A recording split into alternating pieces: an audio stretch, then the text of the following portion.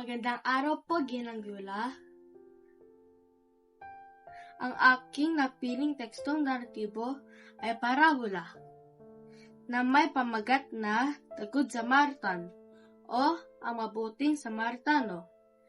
Ito ay matatagpuan sa ating banal na aklat sa Lucas 10, versikulo 25 hanggang 37.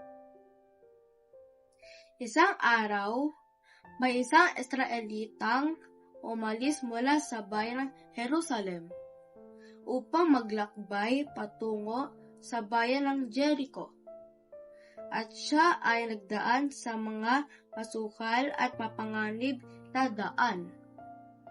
Sa mga daang ito, madalas nagtatago at tagaabang ang mga masasamang loob na naghihintay ng kanilang mabibiktima, kung saan kukunin nila ang lahat ng kanilang naisin o kahanin at muli silang tatakas pabalik sa mga kabundukan.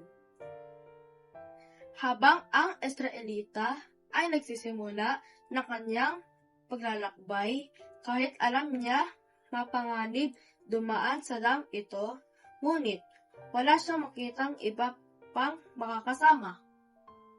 Pagdating niya sa isang tagong daan, bigla siyang sinalubong ng mga magnanakaw. Nang halos mawala na siya ng pag-asa, ay bilang may narinig siyang yapak ng kabayo. At nang kanyang tiningnan, doon niya nakitang isang lalaki na may kasamang kabayo.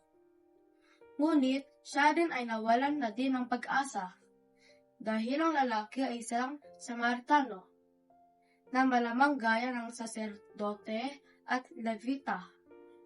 Naisip niya din na dadaanan lamang siya dito.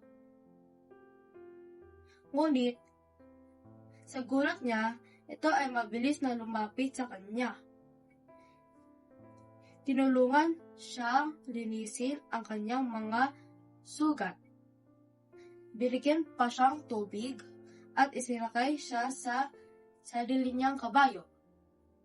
Sinabi ng Samaritano sa lalaki na dadalhin siya dito sa isang tuluyan upang doon siya magpalikas at magpagaling.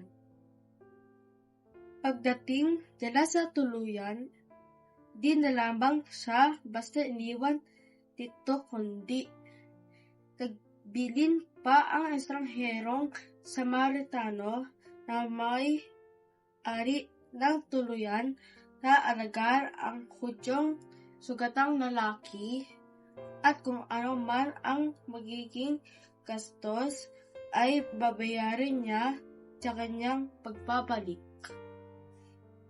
At diyan nagtatapos ang aking storyang parabola na pamagat ang mabuting Samaritano. Salamat po!